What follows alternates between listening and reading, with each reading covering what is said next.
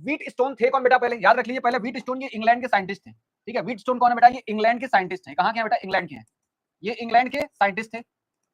ये इंग्लैंड के क्या बेटा? साइंटिस्ट हैं। ठीक है, ये साइंटिस्ट थे, इंग्लैंड के साइंटिस्ट थे। हम ये क्या कह रहे हैं, हम क्या कह रहे हैं, इंग्लैंड के साइंटिस्ट थे। व्हीट स्टोन तो इनका नाम था। इन्होंने एक ऐसा ब्रिज बनाया, एक ऐसी डिवाइस बनाई जिसको आपको पहले वाले लूप में किरचॉफ का नियम लगाना है। तो बताइए किरचॉफ का कौन सा नियम लगाएंगे? पहला लगाएंगे, दूसरा लगाएंगे? कौन बता सकता है? कौन बताएंगे? जल्दी बताइए, किरचॉफ का कौन सा नियम लगाया जाएगा? किरचॉफ का कौन सा नियम लगाएंगे? किरचॉफ का दूसरा नियम लगाएंगे। देखिए पहले लूप में तो बेटा देखो, आज है ये लेक्चर नंबर 8। आज हम लोग वैद्युत धारा, जो हमारा फिजिक्स का चैप्टर नंबर 3 है, करंट इलेक्ट्रिसिटी यानी कि वैद्युत धारा, हम लोग उसका आज लेक्चर नंबर 8 लेके आए हैं। और इस लेक्चर नंबर 8 में मैं आपको पढ़ाऊंगा क्या? व्हीट स्टोन ब्रिज क्या होता है और मीटर ब्रिज क्या होता है। ये दो टॉपिक मैं आज आपको पढ़ाऊंगा। व्हीट स्टोन ब्रिज क्या होता है और मीटर ब्रिज क्या होता है, मैं ये दो टॉपिक आपको पढ़ाऊंगा। मीटर ब्रिज का प्रैक्टिकल आपको कक्षा 12 में करना है। कक्षा 12 में आप जो स्कूल जा रहे हो, स्कूल में प्रैक्टिकल करोगे, तो कक्षा 12 में आपको मीटर ब्रिज का प्रैक्टिकल करना होगा। ठीक है, आपको मैं सारा विधियां समझा दूंगा, मीटर ब्रिज होता क्या है, पहचानते कैसे, ताकि जब आप लैब में जाएंगे तो आपको ये नहीं पता चलेगा कि हाँ अरे कहाँ रखा हुआ, मुझे समझ में नहीं आ रहा है। समझ में सब आएगा, सारी चीजें आपको अच्छे से पता चलती रहेंगी। बस आपको लगातार सेशन में बने रहना है। अपना रोज वाला काम एक बार आप लोग सभी को कर दीजिए। वीडियो को लाइक करिए और सेशन को शेयर कर दीजिए। वीडियो को लाइक करिए और सेशन को शेयर करिए, ताकि हम लोग आगे अब बढ़ सके और बहुत बेहतरीन तरीके से आज के लेक्चर को हम लोग खत्म करेंगे फिर आगे। ठीक है, चलिए चलिए। बिट्टू यादव, हाँ, जो नए बच्चे हैं क्लास में वो लगातार क्लास की चीजों का फायदा उठाते रहे। इनके लिए पुराने बच्चे इनको गाइड करते रहेंगे कि यहाँ से हम लोग बहुत अच्छी अच्छी चीजें पा भी रहे हैं। चलिए चलिए स्टार्ट किया जाए सेशन आज का। आज लेक्चर नंबर 8 है और लेक्चर नंबर 8 में जैसा मैंने बताया पहले कि Bihar board, UP board, Rajasthan, MP, Chhattisgarh, Uttarakhand सभी बोर्ड के बच्चों के लिए सारे कंटेंट बहुत ही बेहतरीन होते हैं।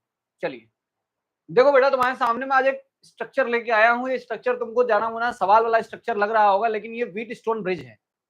ये व्हीट स्टोन ब्रिज है और व्हीट स्टोन ब्रिज के बारे में जो भी कहानी मैं बताऊंगा वो सारी कहानी मैं लिखे हुए फॉर्मेट में भी लेके आया हूँ। मैं लिखे हुए तरीके से भी लेके आया हूँ। आप चाहे तो इनसे अपनी कॉपी बना सकते हो। ठीक है, ठीक है, आप इनसे अपनी कॉपी बना सकते हो, लेकिन पहले सबसे पहले मैं आपको सब कुछ समझाऊंगा डिटेल से, उसके बाद ही आप लिखना स्टार्ट करिएगा। देखिए व्हीट स्टोन थे कौन बेटा? पहले याद रख लीजिए, पहले व्हीट स्टोन ये इंग्लैंड के साइंटिस्ट थे। ठीक है, व्हीट स्टोन कौन है बेटा? ये इंग्लैंड के साइंटिस्ट हैं। कहाँ के हैं बेटा? इंग्लैंड के हैं। ये इंग्लैंड के साइंटिस्ट थे। ये इंग्लैंड के क्या बेटा? साइंटिस्ट हैं। ठीक है, ये साइंटिस्ट थे, इंग्लैंड के साइंटिस्ट थे। हम ये क्या कह रहे हैं, हम क्या कह रहे हैं, ये इंग्लैंड के साइंटिस्ट थे। व्हीट स्टोन तो इनका नाम था। इन्होंने एक ऐसा ब्रिज बनाया, एक ऐसी डिवाइस बनाई जिसको अपने नाम पे ही रख दिया व्हीट स्टोन ब्रिज। क्या रख दिया? व्हीट स्टोन ब्रिज इन्होंने अपने नाम पे ही रख दिया। ये इंग्लैंड के वैज्ञानिक हैं। ये क्या बेटा? ये इंग्लैंड के वैज्ञानिक थे जिन्होंने अपने नाम पे ही अपने ब्रिज का नाम रख दिया wheat stone bridge. Wheat stone bridge. तो अगर आपसे पूछे कि थे कहाँ के, खोज किसने की, तो व्हीट स्टोन ब्रिज की खोज व्हीट स्टोन ने ही की थी। अपने नाम पे ही इनका ब्रिज पड़ा हुआ है। ठीक है, चार्ल्स व्हीट स्टोन नाम था इनका। जो ब्रिज इन्होंने बनाया उसको इन्होंने कहा सेतु। सेतु ब्रिज को हिंदी में क्या कहते हैं बेटा? सेतु या पुल, जानते हो, पुल कहते हैं। तो वही इन्होंने क्रिएट किया, वही इन्होंने बनाया और इसको हम लोग बोलते हैं व्हीट स्टोन ब्रिज। क्या कहा इन्होंने? इन्होंने कहा कि हमारे बनाए गई इस डिवाइस का उपयोग तुम कैसे करोगे, हमारी बनाई गई इस डिवाइस में क्या क्या लगा हुआ है, पहले अगर तुम वो बहुत अच्छे तरीके से जान जाओगे तो तुम ये बात का अंदाजा लगा लोगे कि ये डिवाइस किस काम आने वाली है, किस काम आने वाली है। मैंने कहा जरा फिगर देखिए, फिगर में क्या क्या है। फिगर में इन्होंने एक ऐसा स्ट्रक्चर बनाया जिसके पास 4 बाहें हैं। कौन कौन सी बाहें हैं बेटा? ए से लेके बी तक पहली बाह हो गई, भुजाएं भुजाएं। ए से बी तक की पहली भुजा, बी से सी तक दूसरी भुजा, फिर यहाँ एक तीसरी भुजा और यहाँ क्या हो गई बेटा? चौथी भुजा हो गई। जिसमें से ए बी को और बी से लेके सी तक को कौन सी भुजा बोलते हैं बेटा? संलग्न भुजा। संलग्न का मतलब होता है कि एक ही लाइन में लगी हुई भुजाएं। एक ही लाइन में लगी हुई भुजाओं को बोलते हैं संलग्न भुजा। क्या बोलते हैं बेटा? संलग्न भुजा बोलते हैं। तो हमने कहा, व्हीट स्टोन ने बोला कि ये वाली भुजा और ये वाली भुजा एक ही तार में है। यहां से तार अलग हो गया ना, देखो तार, ये तार अलग है, ये तार अलग है, लेकिन ये वाला और ये वाला तो एक ही भुजा है, एक ही भुजा है। तो बताओ जरा, अगर ये और ये एक ही भुजा है तो इन भुजाओं को बोला जाता है संलग्न भुजा। क्या बोलते हैं बेटा? संलग्न भुजा बोलते हैं, संलग्न भुजाएं बोलते हैं। और वैसे ही ए से डी और डी से सी वाले को भी संलग्न भुजा ही बोलते हैं। ठीक है, संलग्न भुजा ही बोलते हैं। अब समझिए बात मैं आपको क्या बता रहा हूं। मैं आपसे कहूंगा जो चीजें उनको बहुत आसानी से समझेगा और उसी सारी चीजों को मैं लिखे हुए फॉर्मेट में भी आपको दे दूंगा ताकि अपने नोट्स भी आप बना सकते हो। उनको पढ़ के आपको सारा कुछ समझ में आ जाएगा, इसलिए मैंने सब कुछ लिख के भी लिया है आज। सारा कुछ मेरे पास लिखे हुए फॉर्म में भी है। देखिए सब कुछ लिखे हुए फॉर्म में, जो कहानी मैं पहले बताऊंगा, जो कहानी मैं बताऊंगा वही कहानी सब पीछे लिखा हुआ है, ताकि मेरी बातें अगर आप भूल भी जाएं तो लिखे हुए फॉर्म में रहे तो आप कभी भी पढ़ सकते हो उसको, ठीक है। चलिए देखिए, बार बार वीडियो देखना तो पॉसिबल होगा नहीं। यहाँ देखो, इसको ये पहली भुजा बोलते हैं, ये दूसरी भुजा हो गई, ये तीसरी भुजा हो गई और ये चौथी भुजा हो गई, चौथी भुजा हो गई। व्हीट स्टोन ब्रिज में 4 प्रतिरोध लगे होते हैं। क्या लगते हैं बेटा? 4 के 4 प्रतिरोध लगते हैं, 4 प्रतिरोध लगते हैं। एक प्रतिरोध पहली भुजा में, दूसरा प्रतिरोध लगाएंगे दूसरी भुजा में, तीसरा प्रतिरोध लगा देंगे यहाँ पे और चौथा प्रतिरोध लगा दिया यहाँ पे। मतलब 4 भुजाएं होती हैं। 4 भुजाएं क्या होती हैं? व्हीट स्टोन ब्रिज के अंदर 4 भुजाएं होती हैं। इन चारों भुजाओं का मान होता है, इसमें प्रतिरोध का अलग अलग अपना क्या रहेगा बेटा? मान रहेगा।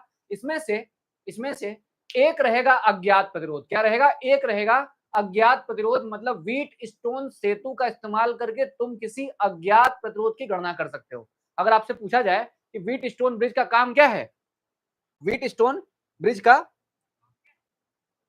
ठीक है भाई, देखिए हाँ ठीक है, चलिए देखिए, व्हीट स्टोन ब्रिज का काम क्या है तो आप क्या बताओगे? व्हीट स्टोन ब्रिज का काम होता है क्या? अज्ञात प्रतिरोध को ज्ञात करना। मतलब अगर कोई अननोन रेजिस्टेंस है जिसकी वैल्यू आपको पता नहीं चल पा रही है, तो उसका प्रतिरोध ज्ञात करने के लिए आप व्हीट स्टोन ब्रिज का इस्तेमाल कर सकते हो। व्हीट स्टोन ब्रिज का इस्तेमाल कर सकते हो। तो आपसे पूछा जाए कि क्या होता है, कैसे काम करता है, तो सारी चीजें पहले इसके संरचना के बारे में बहुत अच्छे से जान जाओगे, तब तुम कहोगे कि हाँ सब कुछ सही है।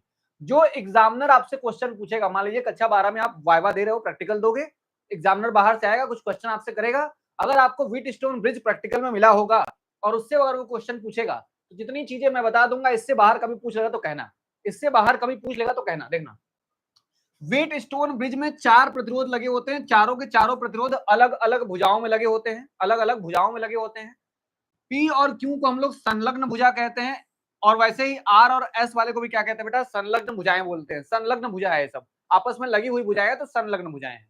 अब देखिए मैं क्या कह रहा हूं, और क्या क्या चीजें लगी हुई हैं। हमने कहा अगर देखोगे तो ये तुम्हें एक स्क्वायर जैसा दिखेगा, वर्गाकार दिखेगा। वर्गाकार के देखो यहाँ बीच में जो ये वाला विकर्ण है, ये वाला जो विकर्ण है, ऐसे कोना होता है तो कोने में ऐसे विकर्ण होता है ना भाई, एक विकर्ण ये हुआ, एक विकर्ण ये हुआ, 2 विकर्ण होते हैं। तो एक विकर्ण में मैंने लगाया है एक गैल्वेनोमीटर। क्या लगाया बेटा? गैल्वेनोमीटर। क्या लगाया? जी, जी से नाम होता है क्या? गैल्वेनोमीटर। क्या लगाया बेटा? गैल्वेनोमीटर। आपसे कभी पूछा जाए कि गैल्वेनोमीटर क्या होता है, गैल्वेनोमीटर क्या होता है? आपने अमीटर पढ़ा होगा, आपने अमीटर पढ़ा होगा, आपने वोल्ट मीटर पढ़ा होगा, वोल्ट मीटर पढ़ा होगा, आपने गैल्वेनोमीटर भी पढ़ा ही होगा, लेकिन आप जान अगर नहीं रहे हैं तो सुनिए। अमीटर का काम होता है धारा मापी। ये क्या बेटा? ये धारा मापी है, ये धारा का मापन करता है, ये धारा मापी है। कोई बताइए कि अमीटर को परिपथ में कैसे जोड़ते हैं? कोई बताइए कि अमीटर को परिपथ में कैसे जोड़ा जाता है? कोई बताइए, बताइए, जल्दी बताइए। बताएंगे गोलू, गोलू सब हम बता रहे हैं, गोलू हम सब बता रहे हैं, चिंता मत करो, एकदम चिंता मत करो। बताओगे अमीटर को यानी कि धारा मापी को परिपथ में कैसे जोड़ा जाता है? तो बहुत बढ़िया आंसर दिया है विकास सैनी ने और गोलू ने।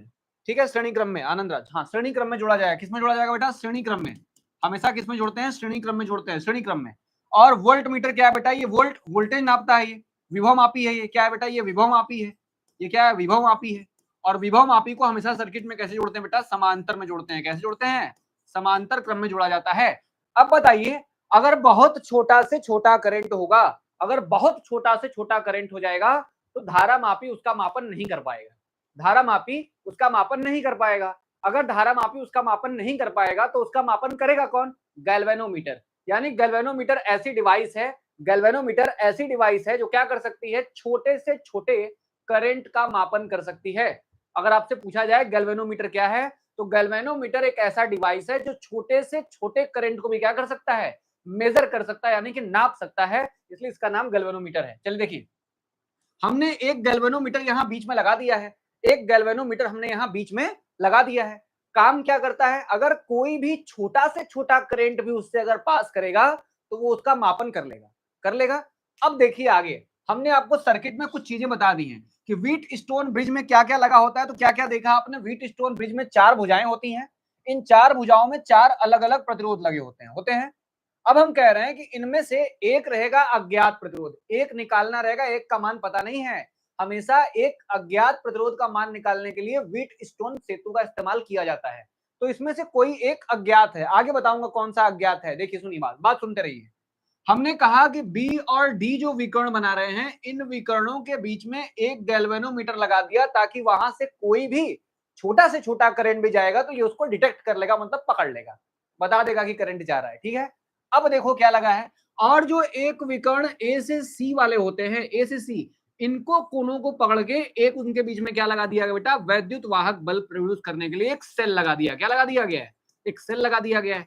तो बताइए स्ट्रक्चर समझ में आ गया? अब देखिए अब क्या होगा, ये वाली कुंजी है, कुंजी केवन है, प्लग की है, अगर आप इस पे लगा दोगे, बंद कर दोगे तो यहां से तुरंत धारा का प्रवाह होना शुरू हो जाएगा, धारा का प्रवाह शुरू हो जाएगा, और जैसे ही हटा लोगे तो फिर से धारा का प्रवाह बंद हो जाएगा। तो कुंजी का काम तो यही होता है, जानते ही हो, प्लग का काम क्या होता है, लगाया जो स्विच होती है, बंद किया तो बंद है, अगर लगा दिया सर्किट से जोड़ दिया तो करंट फ्लो करना स्टार्ट कर देगा, करंट फ्लो करना स्टार्ट कर देगा। ठीक है, चलिए बहुत बढ़िया। ठीक है, अब देखिए क्या क्या चीजें हैं, एक बार फिर से देखिए क्या क्या चीजें हैं, हम आपको सारी चीजें बताएंगे, फिर जो लिखी हुई चीजें हैं उनको भी पढ़ के आपको सिखाएंगे। देखिएगा, अब इसको हटा देते हैं, गैल्वेनोमीटर मैंने बता दिया, आप स्क्रीनशॉट लेकर रख लिया करिए, जो भी आपको इंपॉर्टेंट दिखे आप यहाँ से स्क्रीनशॉट लेकर रख लिया करिए। देखिए, हमने कहा कि व्हीट स्टोन ब्रिज में 4 भुजाएं होती हैं, इन चारों भुजाओं में 4 प्रतिरोध लगे होते हैं। हमने कहा कि बी से लेकर डी वाले में, बी से लेकर डी वाले के बीच में जो विकर्ण है, इस विकर्ण पर एक गैल्वेनोमीटर लगा दिया जाता है जो छोटे से छोटे धारा को भी मापन कर सकता है। यानी छोटे से छोटे धारा भी अगर यहां से जाएगी, अगर बीच से कोई भी धारा जाएगी तो मापन हो जाएगा, निकल जाएगा, कितना गया पता चल जाएगा। अब देखिए क्या है, और बचा हुआ जो ए और सी है, ए और सी के बीच में हमने क्या लगा दिया, एक सेल लगा के रख दिया। क्या लगा दिया बेटा, एक मैंने एक सेल लगा दिया। तो ये तो हो गई संरचना, ये तो हो गई संरचना जिसमें हम ये देख रहे हैं कि व्हीट स्टोन में लगा क्या क्या होता है। ठीक है, व्हीट स्टोन में क्या क्या लगा होता है हमने उसके बारे में बात कर ली है। देखिए, जैसे ही आप कुंजी केवन को बंद करेंगे यानी चिपका देंगे ऐसे, तो तुरंत इस सेल से धारा प्रवाहित होना शुरू हो जाएगी। कौन सी धारा जाएगी बेटा, आई नाम की धारा जा रही है। जैसे ही ये धारा यहां तक पहुंचेगी, वो दो भागों में क्या हो जाएगी बेटा, विभाजित हो जाएगी। एक भाग जो टूटेगा वो टूटेगा I1, और एक भाग जो टूटेगा वो कौन टूटेगा बेटा, I2 टूटेगा। I1 वाला यहां से जाएगा, यहां जाएगा, यहां जाएगा, जब यहां जाके बैठेगा तो वो कहेगा या तो हम अब इधर जाएंगे और हम इधर जाएंगे ना, या तो कुछ इधर जाएंगे, कुछ इधर जाएंगे। और वैसे ही जब I2 यहां पहुंचेगा तो I2 भी बोलेगा कि हमको भी इधर जाना पड़ेगा और इधर जाना पड़ेगा।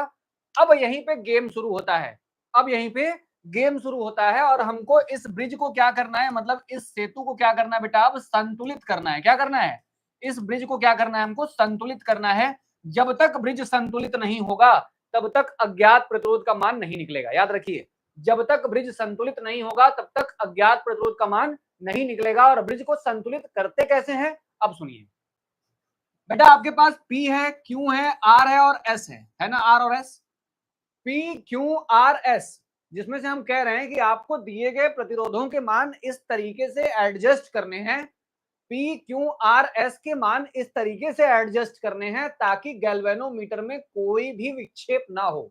विक्षेप होने का मतलब होता है डिफ्लेक्शन। देखिए डिफ्लेक्शन, मान लीजिए आपका गैल्वेनोमीटर हो गया, और एक बात, बहुत बड़ी बात जो आपको नहीं बताएगा कोई, हम दोनों बता रहे हैं, कुछ नहीं। देखिए गैल्वेनोमीटर बताइए, ये देखिए तीन चीजें बना रहा हूं, ये रहा आपका वोल्ट मीटर, ये रहा एमीटर, और ये रहा गैल्वेनोमीटर।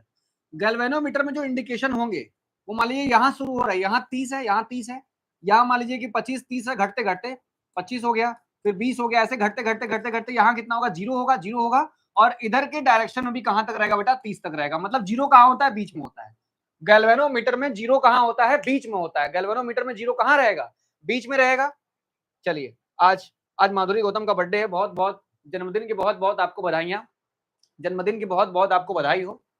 आपका आने वाला समय बहुत मंगलमय रहे, आपका जो साल है बहुत बेहतरीन जाए, आप एग्जामिनेशन बहुत अच्छा परफॉर्म करें। ठीक है, सभी लोग भाई एक बार माधुरी जी को एक बार प्लीज विश कर दीजिए, उनका बर्थडे विश कर दीजिए आप सभी लोग, आज इनका बर्थडे है। चलिए ठीक है, अब देखिए क्या कहा, लेकिन बात भी सुनते रहिएगा, या तो पहले विश कर लीजिए, तो पहले बात भी सुन लीजिए, क्योंकि इंपॉर्टेंट बात है, छोड़ना नहीं है, इंपॉर्टेंट बात है, छोड़ना नहीं है। देखिए मैं कह रहा हूं यहाँ पे, मैंने कहा गैल्वेनोमीटर में जो लाइन होती है वो बीच में होती है, जो सुई होती है बेटा, जो जीरो होता है वो बीच में होता है। लेकिन यही बात एमीटर में करोगे तो एमीटर में जीरो यहाँ होता है, वोल्ट मीटर में जीरो यहाँ होता है। क्यों होता है बताओ, किसी को लॉजिक पता है क्या, किसी को इसका लॉजिक पता है कि वोल्ट मीटर और अमीटर में स्टार्टिंग जीरो से होती है, जबकि गैल्वेनोमीटर में जीरो यहाँ होता है। क्यों बताइए, क्यों वहां होता है, कोई बता सकता है, कोई भी बता दे। बता दीजिए, कौन बता सकता है? खुशी कुमारी कब इग्नोर कर दिया गया? अच्छा, खुशी भी हैं। बिल्कुल, बिल्कुल, किसी को इग्नोर नहीं किया जाएगा। आप क्या किसी को भी इग्नोर नहीं किया जाता। हमारे पास तो बच्चे ही हैं।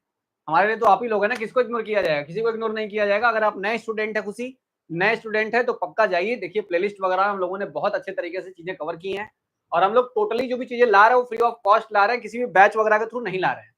जितनी भी चीज़ें आपको हमारे चैनल के माध्यम से मिलेंगी, सब कुछ फ्री ऑफ कॉस्ट मिलेंगी और आप मैथ की रहे चाहे बायो की रहे, सारे कंटेंट आपके सारे कोर्सेज़ पूरे कराए जाएँगे।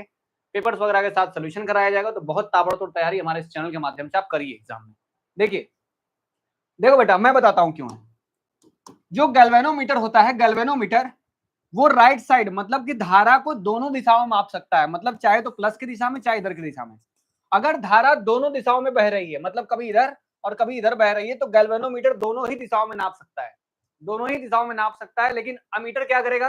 अमीटर केवल एक ही डायरेक्शन की धारा को मापता है, वोल्टमीटर एक ही डायरेक्शन की धारा को मापता है। ये बात याद रखिए, गैल्वेनोमीटर दोनों दिशाओं की धाराओं का मापन कर सकता है। ठीक है, चलिए खुशी आप मैथ्स के स्टूडेंट है तो बहुत बढ़िया। ठीक है, मैथ्स के स्टूडेंट है तो फिजिक्स एंड मैथ्स मैं आपको पढ़ाऊंगा, केमिस्ट्री आपको कंचन मैम पढ़ा रही हैं और ये चीजें रेगुलरली चल रही है, क्लास एकदम मिस नहीं होती है, लगातार 1 महीने से डेली क्लास चल रही है, डेली क्लास चल रही है। देखिए, और हम लोगों ने ऑलरेडी बहुत कुछ कवर भी किया है, बहुत कुछ कवर भी किया है। आप लगातार प्लेलिस्ट पे देखिए, सारी ही चीजें मैथ्स और फिजिक्स और केमिस्ट्री सारे प्लेलिस्ट को आप देखिए, जितना पढ़ाया गया उसको पढ़िए, क्योंकि अगर आप नए हैं अभी से पढ़ना शुरू कर रहे हैं तो पक्का आपका बैकलॉग लगा हुआ है, पीछे की चीज आपको पढ़नी चाहिए। देखिए, ये तो बता दिया मैंने, ये तो बता दिया। अब मैंने आपको अभी कहा थोड़ी देर पहले कि हमें ब्रिज को क्या करना होगा बेटा? संतुलित करना होगा। अब ब्रिज को संतुलित कैसे किया जाए? ब्रिज संतुलन में आता कैसे है? देखिए, हमने कहा कि एक I1 करंट यहां से जा रही है, I2 करंट यहां से जा रही है। जब आपने कुंजी को बंद कर दिया, मेरी बात को आप बहुत ध्यान सुनिए, कमेंट पे ध्यान मत दीजिए। अब देखिए सुनिए, मैंने कहा जब आप कुंजी को यहां से बंद कर देंगे तो यहां से धारा का प्रवाह शुरू हो जाएगा। आई नाम की धारा जाएगी, जैसे ही धारा यहां जाएगी तो वो दो भाग में टूटेगी, एक I1 टूटेगा और एक I2 टूटेगा। जैसे ही I1 का करंट यहां तक पहुंचेगा तो वो बोलेगा अब यहां जाना पड़ेगा और यहां जाना पड़ेगा, और वैसे ही I2 जब यहां आएगा तो बोलेगा हमको भी यहां जाना पड़ेगा और यहां जाना पड़ेगा, दो भागों में जाना पड़ेगा।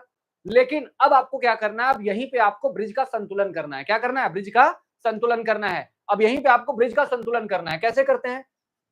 प्रतिरोध P, Q, R और S, प्रतिरोध P, Q, R और S को इस तरीके से मापते हैं या इस तरीके से एडजस्ट करते हैं ताकि ताकि यहां से कोई भी धारा प्रवाहित ना हो, यानी कि BD वाले तार से BD वाले तार से कोई भी धारा प्रवाहित ना हो, और धारा प्रवाहित नहीं होगी तो गैल्वेनोमीटर में कोई भी विक्षेप नहीं होगा। बात तो सही है, क्योंकि यहाँ कोई धारा ही नहीं जाएगी अगर, तो गैल्वेनोमीटर किसको नापेगा? किसी को नहीं नाप पाएगा, मतलब विक्षेप नहीं होगा। तो गैल्वेनोमीटर में विक्षेप तब होगा जब उससे कोई धारा निकल के जाएगी, और अगर कोई धारा नहीं जा रही, आपने P, Q, R और S को इस तरीके से बैलेंस कर लिया कि गैल्वेनोमीटर से कोई धारा नहीं जा रही है, इसका मतलब गैल्वेनोमीटर में कोई विक्षेप नहीं है, और गैल्वेनोमीटर में अगर कोई विक्षेप नहीं है तो आपका ब्रिज जो बना हुआ है वो संतुलन की अवस्था में होगा। तो अब बताइए जरा, अगर आपसे एग्जामिनर परीक्षा में पूछता है कि बताओ व्हीट स्टोन ब्रिज संतुलन में कब होता है, तो आप बताएंगे अगर चारों प्रतिरोधों के मानों को इस तरीके से एडजस्ट किया जाए, माप लिया जाए, मेजर किया जाए या लगाया जाए कि जी से यानी गैल्वेनोमीटर से, यानी कि बी और डी वाला तार बीच में लगा हुआ है, उससे कोई भी धारा न जाए, तो हमारा ब्रिज क्या रहता है बेटा? संतुलन में रहता है। अगर आप यहां से विभव माप इसको सॉरी यहां से आप बैटरी यानी सेल को ऑन कर देते हो, आप यहां सेल से धारा ले रहे हो और फिर भी आपको यहां वाले गैल्वेनोमीटर में कोई भी धारा नहीं मिल रही है, तो आप समझ जाइए आपका ब्रिज क्या बेटा? संतुलन में है। किसमें है? संतुलन में है। तो ब्रिज संतुलन में कब होता है? जब बैटरी से धारा आ रही है लेकिन फिर भी गैल्वेनोमीटर उसको डिटेक्ट नहीं कर पा रहा है, तो उसी केस में आपका क्या होगा? ब्रिज संतुलन में होगा। बताइए बात सबको समझ में आई कि नहीं आई? विके विशाल, हम लोग यूपी से हैं भाई, यूपी से हैं। चलिए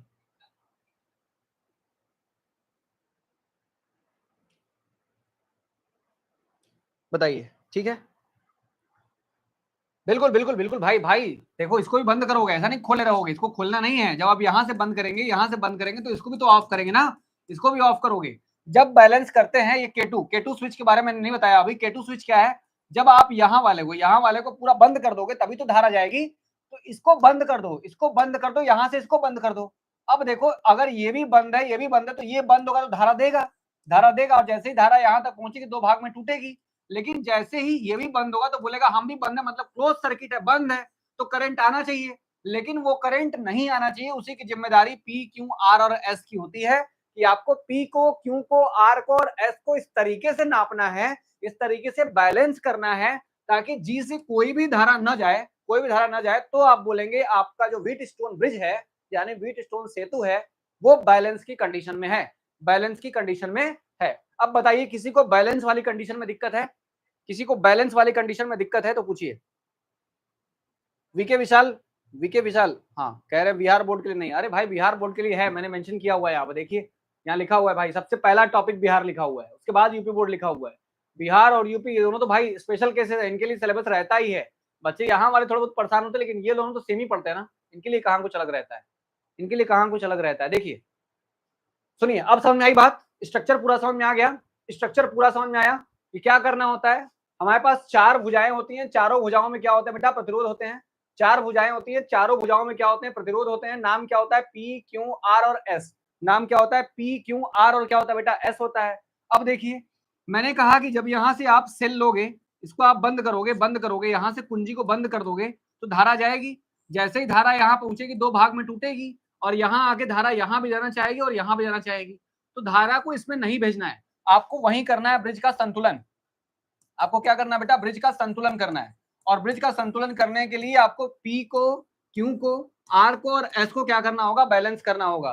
तो पी को, क्यू को, आर को और एस को इस प्रकार से लिया जाता है, पी, क्यू, आर, एस इस प्रकार से लिए जाते हैं ताकि ताकि जी से कोई भी धारा न जाए।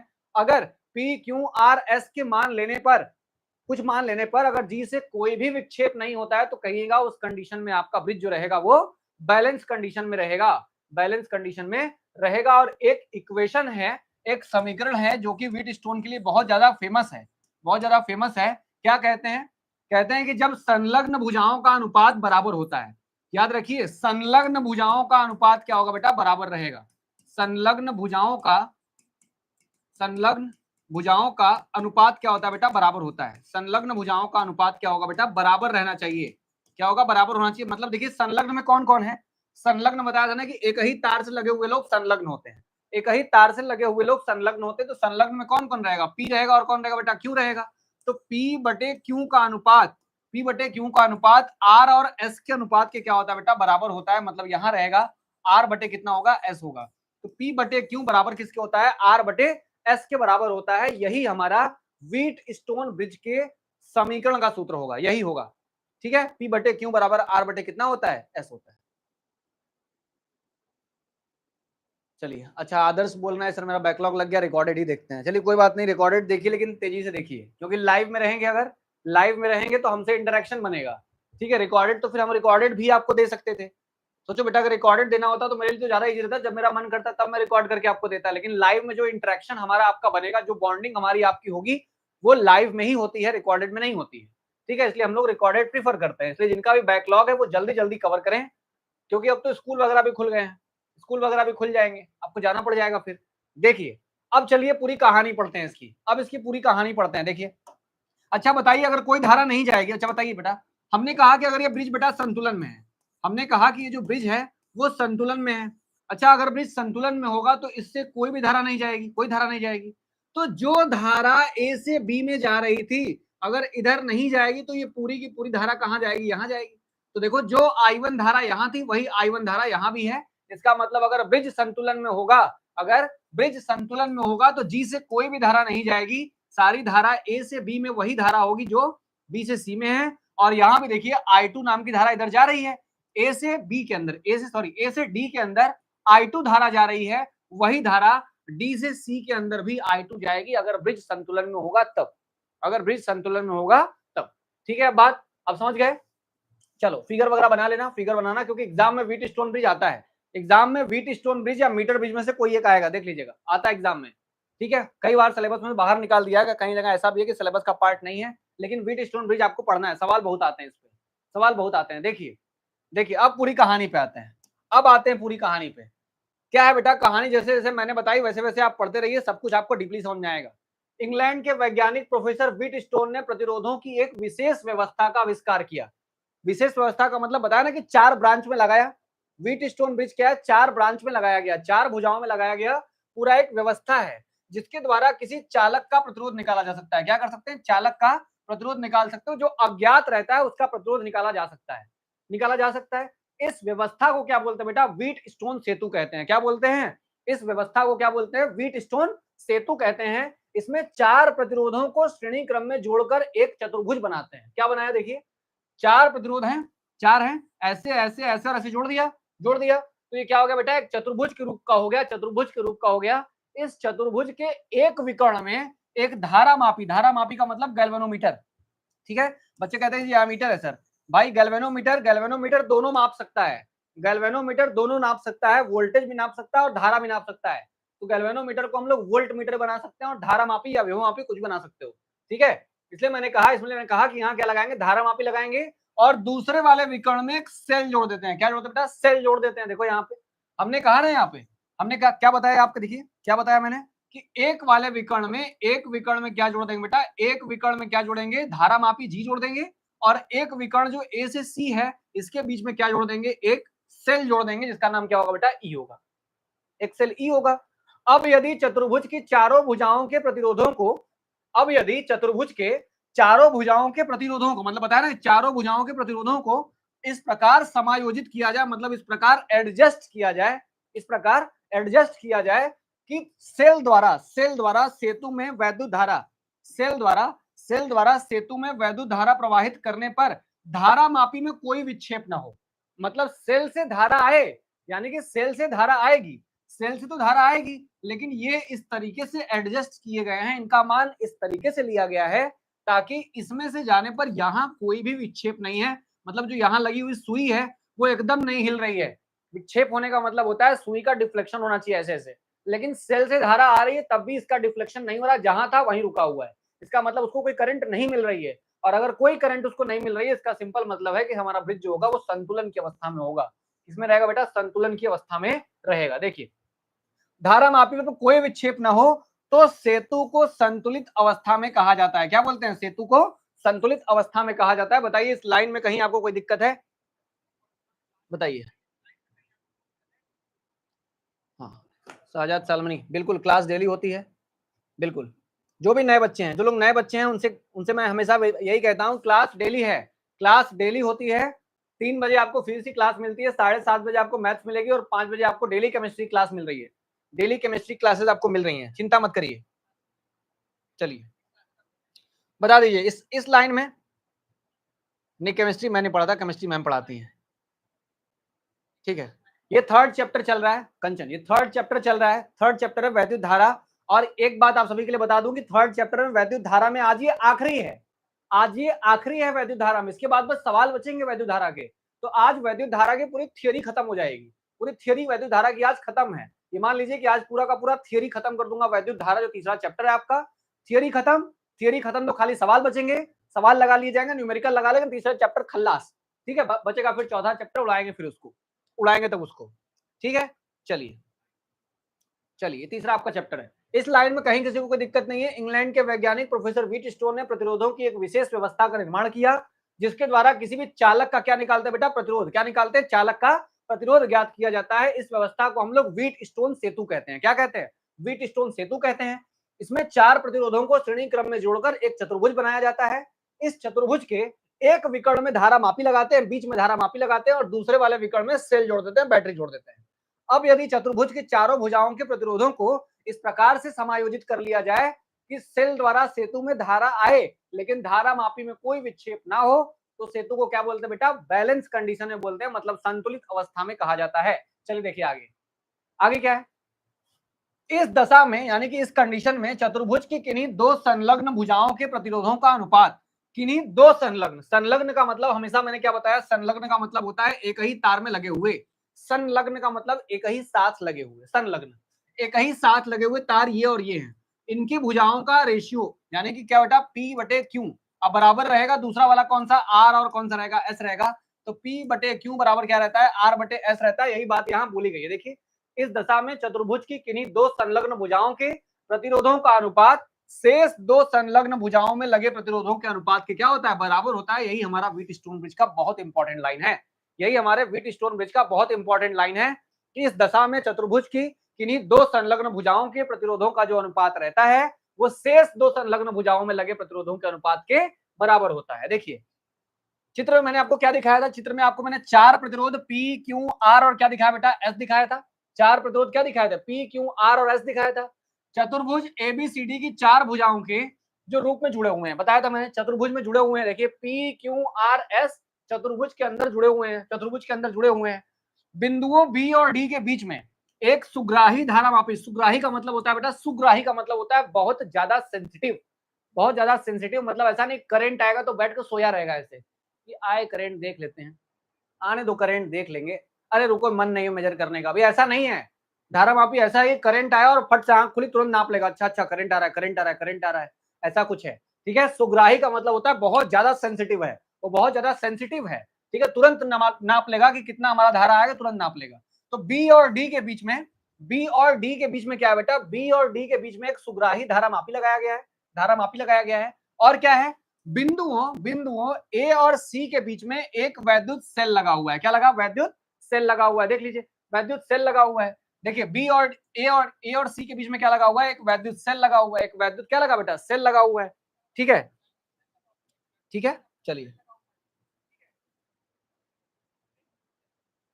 चलिए, ठीक है।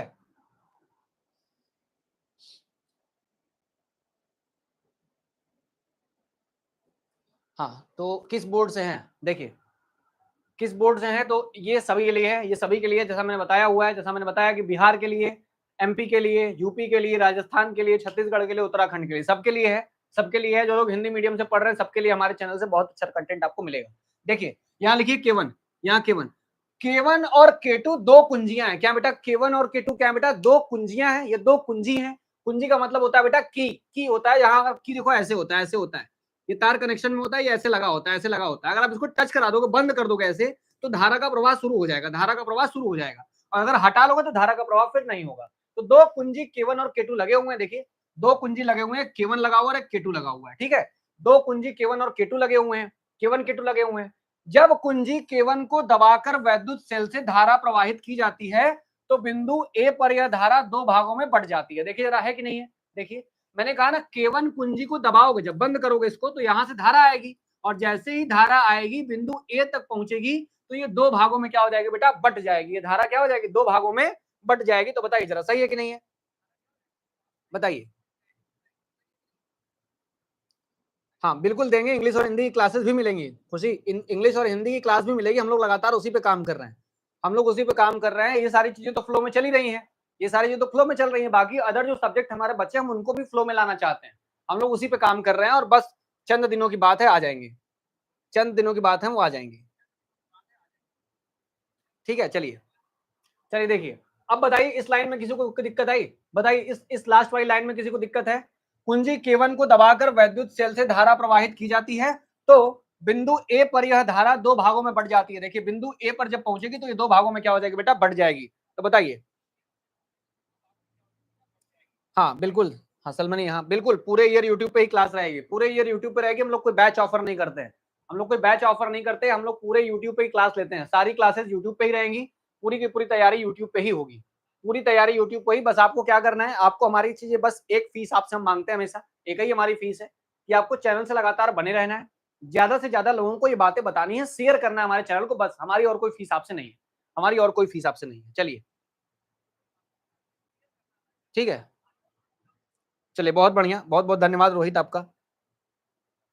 चलिए ठीक है, अब देखिए, अब देखिए पी बाई क्यू बराबर आर बटे एस हो गया, मैंने बता दिया, सब कुछ तो निकाल ही दिया। यहाँ पे देखिए, यहाँ तक मैंने बता दी, यहाँ तक बता दिया। मैं ये सारी चीजें लिख के इसलिए लाया हूँ क्योंकि मैं ऐसे खड़े होकर बस ऐसे बोलूंगा ना तो तुम 1 minute 2 minute 4 minute 5 minute 10 minute, जो बहुत अच्छे बच्चे वो 10 मिनट सुन लेंगे, लेकिन फिर क्या सुनेंगे, यहाँ से सुनेंगे और यहाँ से निकाल के फेंक देंगे। तो भाई ये सब लिखा हुआ फॉर्म में रहेगा, तो मैं जब पीपीटी तुमको दे दूंगा, तुम वहां से जाकर अपना बैठ बैठ के जब तुम्हारा मन करेगा, जब तुम्हारा मन का, जब तुम खाली रहो बैठ के अपना देख लिया करो, तुमको याद हो जाएगा सब कुछ फिर से। इसलिए मैंने सब कुछ लिखे हुए फॉर्म में इस बार दिया है, इसमें सब कुछ लिखे हुए फॉर्म में इसलिए दिया था कि आप पढ़े तो आपको सब कुछ याद आ जाए, क्योंकि बार बार हमको तो सुनेंगे नहीं आप। देखिए, एक भाग भुजा AB में तथा दूसरा भाग दो वो भुजा AD में प्रवाहित होता है। इसका मतलब क्या हुआ, जो करंट आया, जो करंट यहां तक आया है, देखिए जो करंट यहां तक आया वो दो भाग में टूट जाएगा, एक इधर टूट जाएगा, इधर टूट जाएगा। एक करंट जाएगा AB में, एक जाएगा AB में, और एक कौन जाएगा, AD में जाएगा। तो यही चीज तो यहाँ लिखा हुआ है वही तो लिखा है, देखिए एक भाग भुजा AB में तथा दूसरा भाग किसमें जाता है, AD में जाता है। प्रतिरोध P Q R S के मान इस प्रकार समायोजित किए जाते हैं, बताया ना कि चारों मान P Q R S के मान इस तरीके से आपको एडजस्ट करने हैं, समायोजित करने हैं कि कुंजी K2 को दबाने पर, कुंजी K2 को दबाने पर धारामापी G में कोई भी विक्षेप नहीं होना चाहिए।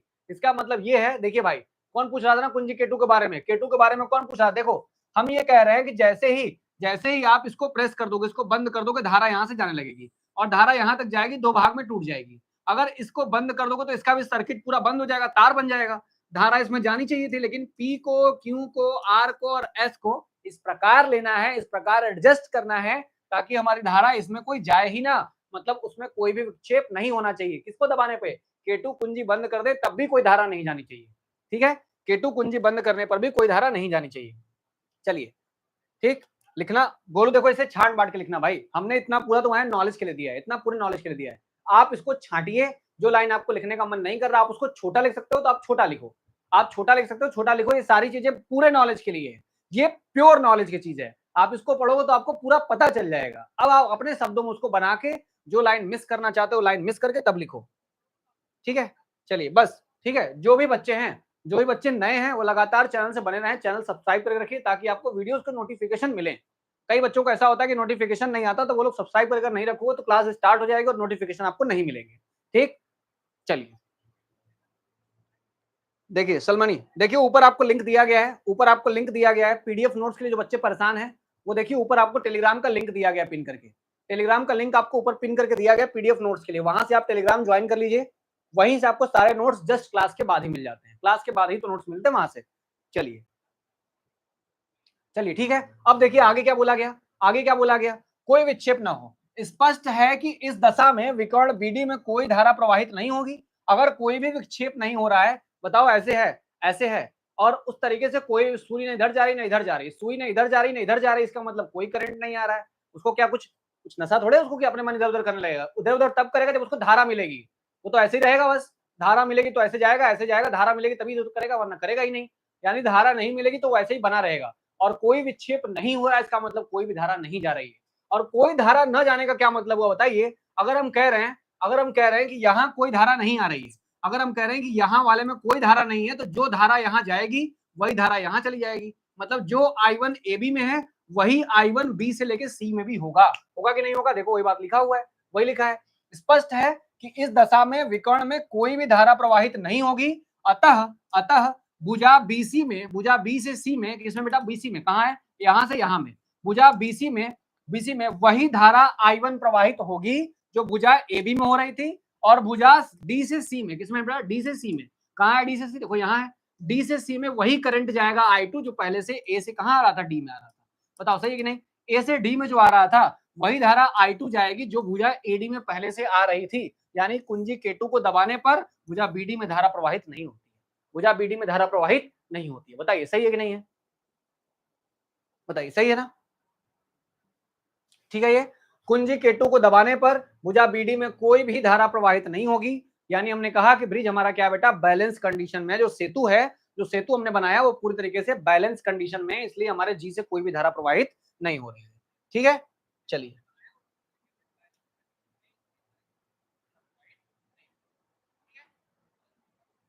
भाई देखो गैल्वेनोमीटर क्यों लगाया गया है, गैल्वेनोमीटर धारा नापने के लिए, तो व्हीटस्टोन ब्रिज है ही नहीं। धारा नापने के लिए, गोलू बात को समझना, कि धारा नापने के लिए व्हीटस्टोन ब्रिज बनाया ही नहीं गया है। व्हीटस्टोन ब्रिज बनाया गया है अज्ञात प्रतिरोध को ज्ञात करने के लिए। जो एक अज्ञात प्रतिरोध होगा उसको ज्ञात करने के लिए व्हीटस्टोन ब्रिज बनाया गया है। लेकिन वो ज्ञात करने के लिए जो पर्पज है मेन क्या है, कि जो अननोन भाग है, जो अननोन रेजिस्टेंस है, जिसको पता नहीं है कि कितना होगा, उसको निकालने के लिए पहले ब्रिज को बैलेंस करना होगा। क्योंकि बैलेंस होगा तभी ये वाली इक्वेशन आएगी, पी बटे क्यू बराबर आर बटे कितना आएगा, ऐसा आएगा। अब इसमें से एस मान लो ये वाला गायब है, ये वाला तुमको पता नहीं है, तो ये कंडीशन तब लगाएंगे जब ये संतुलन में होगा। और संतुलन करने के लिए हम लोगों ने गैल्वेनोमीटर को लाया है। गैल्वेनोमीटर को लाया इसीलिए ताकि वो संतुलन में हो। देखो पी क्यू आर एस के मान तुरंत नहीं आ जाएंगे, पी क्यू आर एस के मान तो आते रहेंगे, गैल्वेनोमीटर तो डिफ्लेक्ट होता रहेगा, होता रहेगा। तुम उसको देखोगे ऐसे एडजस्ट करो ताकि जहां पे डिफ्लेक्शन ना हो, जहां वो रुक जाए, वहां पे कहोगे कि अब क्या हो गया बेटा, बैलेंस हो गया, और वहां से पी क्यू आर एस का मान निकल जाएगा। ठीक है, वहां से पी क्यू आर एस का मान निकल गया। चलो भाई बहुत बढ़िया है, ठीक है, चलो बहुत बढ़िया, तुम पढ़ा दो। चलिए ठीक है, सही है, अब हो गया यहाँ तक, अब सही है, इसमें कोई दिक्कत तो नहीं है। अब देखिए मैं क्या कह रहा हूँ, पी तथा क्यू वाली जो भुजाएं थी इनको बेटा क्या बोलते हैं, अनुपाती भुजाएं बोलते हैं। क्या बोलते हैं, अनुपाती भुजाएं। जो पी वाली भुजा और क्यू वाली भुजा है ना, पी वाली भुजा को और क्यू वाली भुजा को हम लोग अनुपाती भुजा बोलते हैं। देखो ये दोनों अनुपात में होते हैं, पी बटे क्यू होता है, पी बटे क्यू बराबर क्या होता है बेटा, आर बटे क्या होता है, एस होता है। इन दोनों को बोलते हैं अनुपाती भुजा। क्या बोलते हैं, अनुपाती। इन दोनों को बोलते हैं अनुपाती भुजा। इसको बोलते हैं ज्ञात भुजा। क्या बोलते हैं बेटा, ज्ञात, मतलब इसका मान पता रहेगा, ज्ञात तो इसका भी होता है लेकिन इसको बोलते हैं ज्ञात भुजा। और एस का मान नहीं पता इसलिए इसको बोलते हैं अज्ञात भुजा। क्या बोलते हैं बेटा, अज्ञात भुजा। इसको बोलेंगे अज्ञात भुजा का मान यही होगा, अज्ञात भुजा का मान यही होगा। तो पी और क्यू को क्या बोलते हैं, देखिए पी और क्यू को क्या बोला जाता है, पी और क्यू को हम लोग बोलते हैं अनुपाती भुजा, यानी कि रेशियो आर्म। और भुजा एडी को ज्ञात भुजा बोलते हैं, यानी जिसमें आर लगा हुआ है उसको बोलते हैं ज्ञात भुजा। ए से डी वाले को, कहाँ है बेटा, देखो ये एडी नीचे रहता है ना, एडी नीचे होता है, देखिए ए से डी, ये वाला क्या रहेगा बेटा, ये वाला क्या रहेगा, ज्ञात रहेगा। बस ये वाला क्या है हमारा, अज्ञात भुजा, उसी का मान हमको निकालना है। देखिए उसी का मान हमको निकालना है। और क्या बोलेंगे, सीडी वाला जो बचा हुआ है उसको बोलते हैं अज्ञात भुजा, मतलब इसी को इंग्लिश में बोला जाता है अननोन आर्म। क्या बोलते हैं, अननोन। अननोन मतलब जो पता नहीं है, वही मान हमको पता नहीं है। सेतु के संतुलित होने पर धारामापी तथा सेल की स्थितियों को आपस में बदल दिया जाए तो सेतु की संतुलन अवस्था पर कोई भी प्रभाव नहीं पड़ेगा। अब देखिए बहुविकल्पी में सवाल आपसे पूछेगा, बहुविकल्पी में सवाल आपसे पूछेगा कि अगर व्हीटस्टोन सेतु जो है वो पूरी तरीके से संतुलन में है तो क्या हम धारामापी जो बीच में लगाया गया जी है उसको और बाहर जो सेल लगाया उसको, दोनों का स्थिति अगर पलट दें, अंदर सेल लगा दें और बाहर हम क्या लगा दें, धारामापी लगा दें, तो क्या कोई परिवर्तन आएगा। अगर सेतु एक बार बैलेंस हो गया, अगर सेतु एक बार बैलेंस हो गया तो धारामापी को और जो सेल आपने लगाया उसको पलट देंगे, आप इधर उधर कर देंगे, तब भी व्हीटस्टोन सेतु के संतुलन की अवस्था में कोई परिवर्तन नहीं होगा। ठीक है, ठीक है भाई, चलिए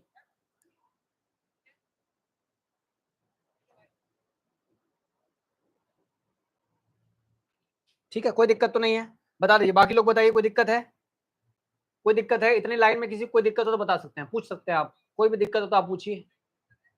चलिए कोई दिक्कत आप लोगों को नहीं है, हाँ गोलू बोल रहे हैं, नो सर कोई दिक्कत नहीं है। देखिए अतः सेतु की बीडी और एसी भुजाओं को क्या बोलते हैं बेटा, संयुग्मी भुजाएं, मतलब कंजुगेट आर्म बोलते हैं। क्या बोलते हैं, कंजुगेट आर्म बोलते हैं। चलो यहां तक बात अगर समझ में आ गई है, यहां तक बात समझ में आ गई है। अब पूछता है कि सेतु को सबसे ज्यादा मोस्ट बैलेंस कंडीशन में कब रखते हो, सेतु सबसे ज्यादा अच्छे तरीके से बैलेंस कब हो सकता है। तो सेतु की सुग्राहिता मतलब सेंसिटिविटी प्रतिरोधों के मान पर निर्भर करती है। जितना ज्यादा प्रतिरोध को बदलोगे तो सेतु के बैलेंस होने का कंडीशन भी उतना ही ज्यादा क्या होगा, बदलेगा, बदलेगा।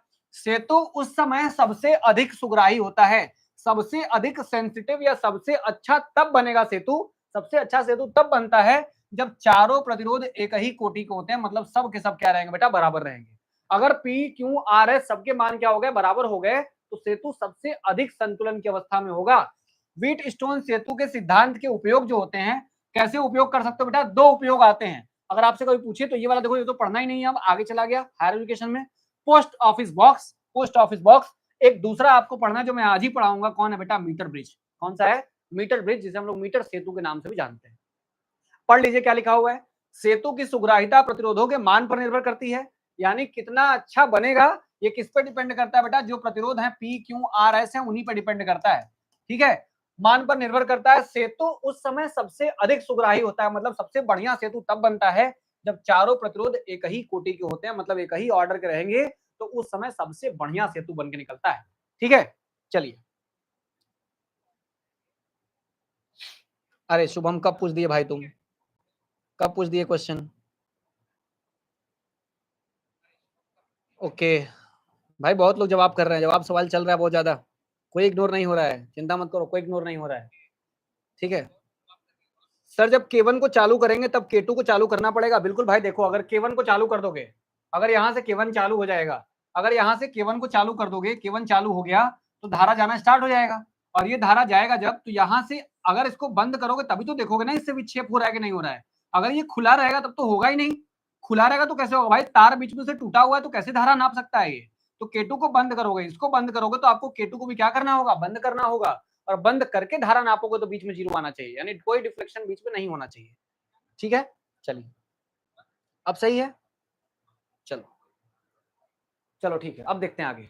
अब मैं आपको बेटा फॉर्मूला बताता हूँ कैसे फॉर्मूला निकला हुआ है। देखिए जरा सुनिए, फिगर को बहुत ध्यान से देखिएगा, फिगर को आप बहुत ध्यान से देखिए, तो फिगर को ध्यान से देखिए और समझिए। इसको हटाता हूँ, ठीक है, इसको हटाता हूँ, इसको हटाता हूँ, यहीं से फिगर बता दूंगा, यहीं से बता दूंगा। देखिए यहीं से बताता हूँ, यहीं से आपको बता रहा हूँ। देखिए समझिए बात, मैं कह रहा हूँ कि यहाँ से लेके यहाँ तक किरचॉफ के नियम से पहला पहला लूप है। ये पहला लूप है बेटा, कौन सा लूप है? पहला लूप है।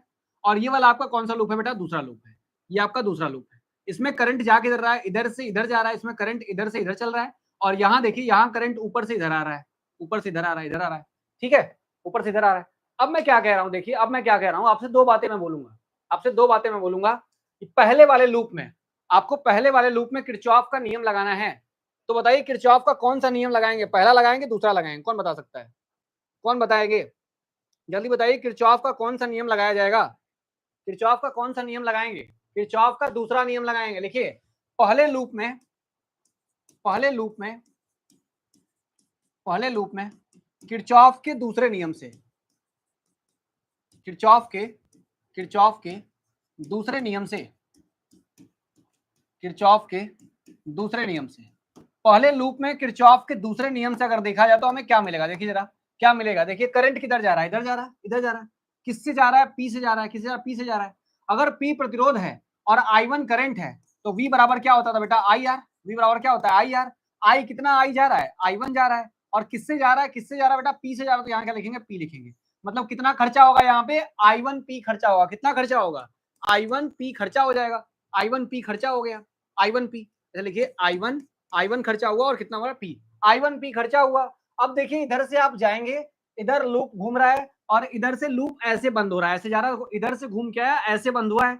अब इधर से करंट, हमारे लूप इधर जा रहा है, हमारे लूप की दिशा अब यहाँ से ऐसे है, ऊपर की ओर देखो ऐसे है। और लेकिन धारा किधर आ रही? नीचे आ रही है। इसकी धारा किधर आ रही है? नीचे आ रही है। लूप ऐसे जा रहा है, धारा नीचे आ रही है। इसका मतलब I2 और R का जो गुणा का दिशा होगा वो लूप के अपोजिट है ना? लूप के अपोजिट। तो यहाँ से क्या आएगा बेटा? माइनस I1 आएगा और क्या आ जाएगा?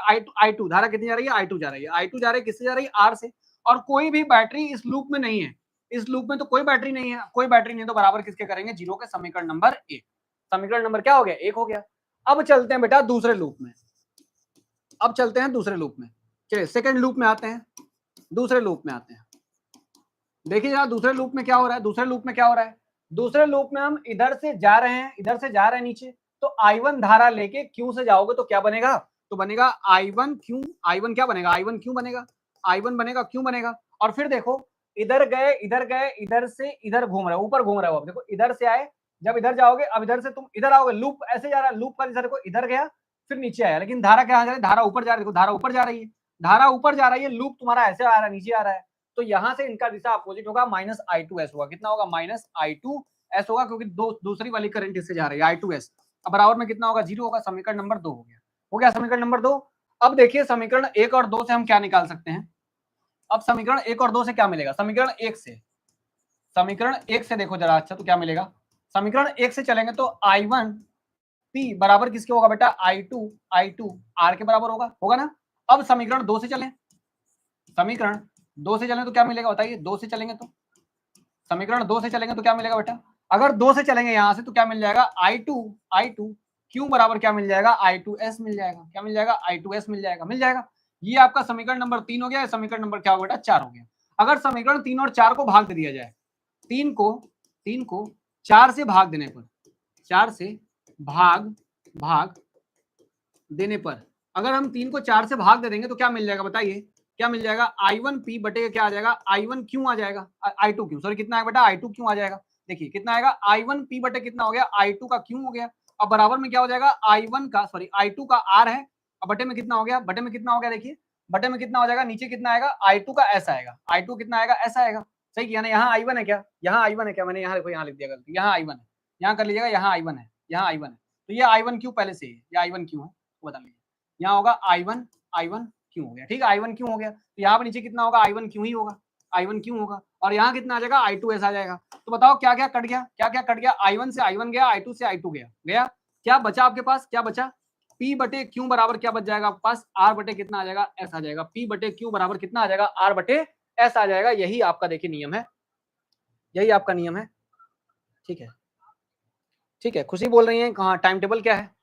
ठीक है, टाइम टेबल क्या है देखिए, टाइम टेबल के अकॉर्डिंग भाई बायो वाला क्लास अभी स्टार्ट नहीं हुई, लेकिन स्टार्ट हो जाएगी, ठीक है, स्टार्ट हो जाएगी। बायो क्लास अभी स्टार्ट हुई नहीं है, स्टार्ट होने वाली है। हमने कहा 3 बजे आपको फिजिक्स मिलती है, 3 बजे आपको मिलेगी फिजिक्स, ठीक है, 5 बजे आपको मिलेगी केमिस्ट्री, 5 बजे आपको मिलेगी केमिस्ट्री क्लास, और 7:30 बजे आपको मिलेगी मैथ्स की क्लास, 7:30 बजे आपको मिलेगी मैथ्स की क्लास, ठीक है बेटा। देखो ये हमने ऑल अबाउट आपको पूरा व्हीट स्टोन ब्रिज के बारे में बताया। व्हीट स्टोन ब्रिज की पूरी मैंने आपको थियरी बताई है, पूरा थियरी बताया पहले। थियरी के बाद मैंने आपको पूरा फिर फॉर्मूले से निकाल के दिखा दिया कि बैलेंस वाली कंडीशन क्या होती है, तो मैंने आपको बैलेंसिंग कंडीशन भी पूरी की पूरी बता दी है। बताइए बताइए, किसी को कोई दिक्कत है? किसी को कोई दिक्कत, कोई प्रॉब्लम बताइए? किसी को कोई दिक्कत, कोई प्रॉब्लम इस पूरे के पूरे सवाल में है? अगर कहीं दिक्कत है तो पूछिए। शुभम आप बताओ, अब कोई दिक्कत है? हाँ एबीसी कोनो आप बहुत लेट आए, बहुत लेट आए, ठीक है ना, बहुत लेट आए आज। चलिए देखिए, अगर आपको इसमें कोई दिक्कत नहीं तो पूरी की पूरी कहानी जो मैंने बताई है आज, पूरी कहानी जो बताई इसको पूरा पढ़िएगा, पढ़िएगा। और आते हैं अब इसी के नए एप्लीकेशन पे, इसी के नए एप्लीकेशन पे आते हैं और बात करते हैं अब मीटर ब्रिज के बारे में, ठीक है जी। हम यूपी से हैं। चलिए, हाँ भूमि शर्मा आप भी लेट आई। हाँ बिल्कुल बिल्कुल, साजद सलमानी, बिल्कुल सवाल कराए जाएंगे भाई, सवाल कराए। मैं पूरी थियरी खत्म कर रहा हूँ आज, आज पूरी थियरी खत्म कर रहा हूँ, सवाल भी लगवाऊंगा आज, पूरी की पूरी थियरी खत्म करूंगा, सवाल भी लगवाऊंगा, सवाल भी लगवाऊंगा, ठीक है। तो कल का सेशन तो पूरा सवाल का सेशन होगा। तो कल आप सभी के लिए बहुत बढ़िया दिन होने वाला है, क्योंकि कल हम लोग इसी वैद्युत धारा वाले चैप्टर का सवाल लगाएंगे, न्यूमेरिकल करेंगे, न्यूमेरिकल करेंगे, कल करेंगे न्यूमेरिकल, न्यूमेरिकल बहुत इंपॉर्टेंट होते हैं। तो केवल टॉपिक खत्म करने से होगा नहीं, न्यूमेरिकल भी करना पड़ेगा। तो कल करेंगे इस चैप्टर का न्यूमेरिकल बहुविकल्पी के साथ साथ, ठीक है। चलिए चलिए देखिए, मीटर ब्रिज क्या है बेटा? देखो मीटर ब्रिज क्या है, मीटर ब्रिज क्या होता है? मीटर ब्रिज से हम लोग भी इसमें भी क्या करते हैं बेटा, किसी एक तार का प्रतिरोध निकालते हैं। क्या निकालते हैं? एक अज्ञात तार का क्या निकाल सकते हो बेटा? प्रतिरोध निकाल सकते हो। कोई तार तुम्हारे पास होगा, उसका अगर प्रतिरोध निकालना है तो आप किसका इस्तेमाल कर सकते हैं? मीटर ब्रिज का इस्तेमाल कर सकते हो। यही मीटर ब्रिज आपके लेबोरेटरी में प्रयोगशाला में रखा होगा, स्कूल में देखिएगा जाके, ठीक है। देखिए क्या होता है इसमें, इसकी संरचना पे बात करिए। ये पूरा लकड़ी का बना होता है, नीचे पूरा इसका बेस जो होता है वो लकड़ी का रहता है, और 1 मीटर की स्केल लगी होती है, 1 मीटर की स्केल लगी होती है, इसलिए नाम ही इसका क्या है? मीटर सेतु। क्या है बेटा? मीटर सेतु, क्योंकि 1 ही मीटर की स्केल होती है। 1 मीटर मतलब 100 सेंटीमीटर। तो एक स्केल बन, लकड़ी में पूरा अरेंजमेंट रहता है, इतनी चौड़ी लकड़ी रहेगी, इतनी चौड़ाई का लकड़ी रहेगा, इतना बड़ा अरेंजमेंट 1 मीटर का अरेंजमेंट रहेगा। इसमें स्केल लगा होगा पूरा 100 सेंटीमीटर, मतलब 1 मीटर की पूरी दूरी होगी उसकी, 1 मीटर की पूरी दूरी होगी, और सारा डिवाइस इसी के ऊपर कसा रहेगा। जो सब दिख रहा है ये पूरा का पूरा एक लकड़ी के बेस पे टिका रहता है, कसा हुआ रहता है। देखिए क्या क्या है, क्या क्या है यहाँ देखिए, पूरा का पूरा एक लकड़ी के बेस पे टिका हुआ है। क्या लगाया गया है? पहले यहाँ देखिए, यहाँ से यहाँ तक की लेंथ, सबसे किनारे पे कौन होता है? ए, और इधर सबसे किनारे पे कौन होता है बेटा? सी। कौन है सबसे किनारे पे? सी है। ए और सी दो किनारे किनारे पे हो गए।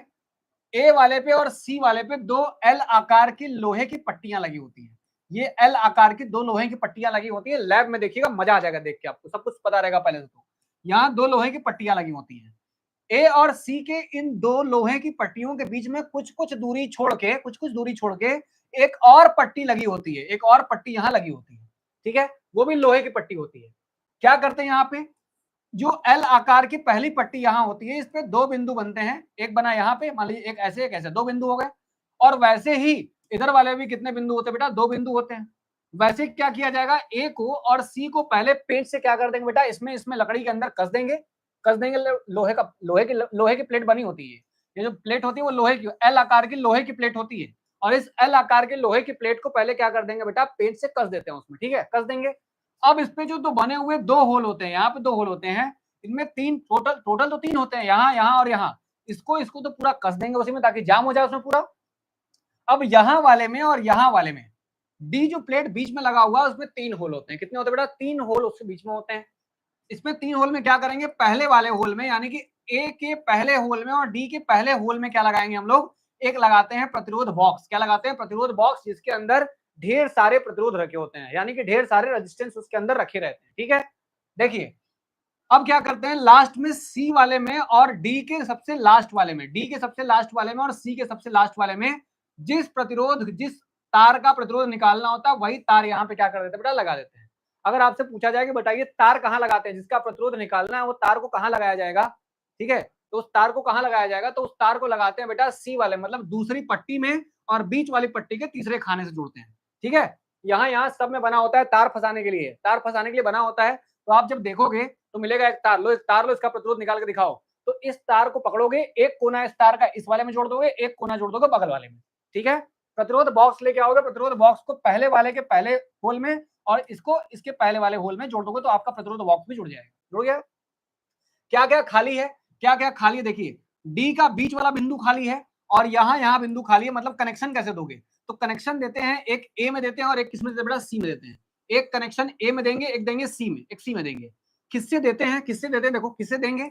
यहाँ क्या लगा है बेटा? यहाँ एक सेल लगा हुआ है, एक सेल यानी जो बैटरी रहेगी, बैटरी होनी चाहिए। एक बैटरी होगी और एक होगा धारा नियंत्रक। कौन होगा धारा नियंत्रक? मतलब कभी धारा का मान अगर अचानक बहुत तेज हो गया, तब धारा का मान अगर अचानक तेज हो गया, ठीक है, बता रहा हूँ। प्रतिरोध बॉक्स क्या है बेटा? देखो क्या है, प्रतिरोध बॉक्स नहीं, प्रतिरोध बॉक्स तो पूरा का पूरा रेजिस्टेंस है। ये पोस्ट ऑफिस बॉक्स जैसा ही होता है, लेकिन किससे ये तार बना हुआ है वो बता रहा हूँ अभी, ठीक है। तार किससे बना हुआ सारी चीजें बताता हूँ, देखिए सुनिए।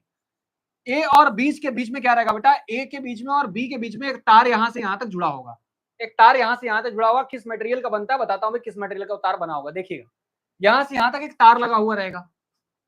डी वाला जो एक होल बाकी है बीच में, डी वाला जो एक होल बीच में बाकी है, उससे जोड़ते हैं बेटा। किसको जोड़ेंगे? उससे जोड़ेंगे हम लोग संटिंग के मेथड से। संटिंग के मेथड से हम लोग क्या जोड़ते हैं? एक जोड़ेंगे जॉकी। क्या जोड़ेंगे बेटा? जॉकी, ठीक है।